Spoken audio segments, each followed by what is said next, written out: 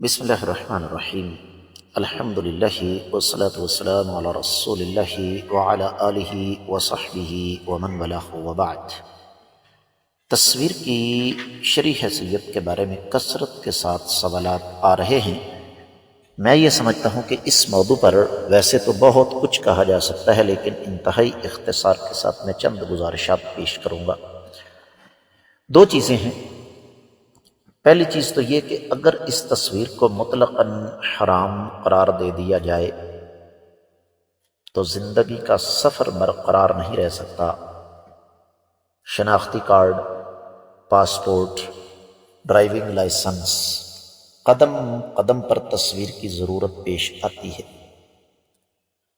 دوسری طرف اگر اس معاملے کو آزاد چھوڑ دیا جائے، جو کہ چھوڑ دیا گیا ہے، تو ان گنت لاتعداد بے شمار قباحتیں جنم لیتی ہیں اور لے چکی ہیں۔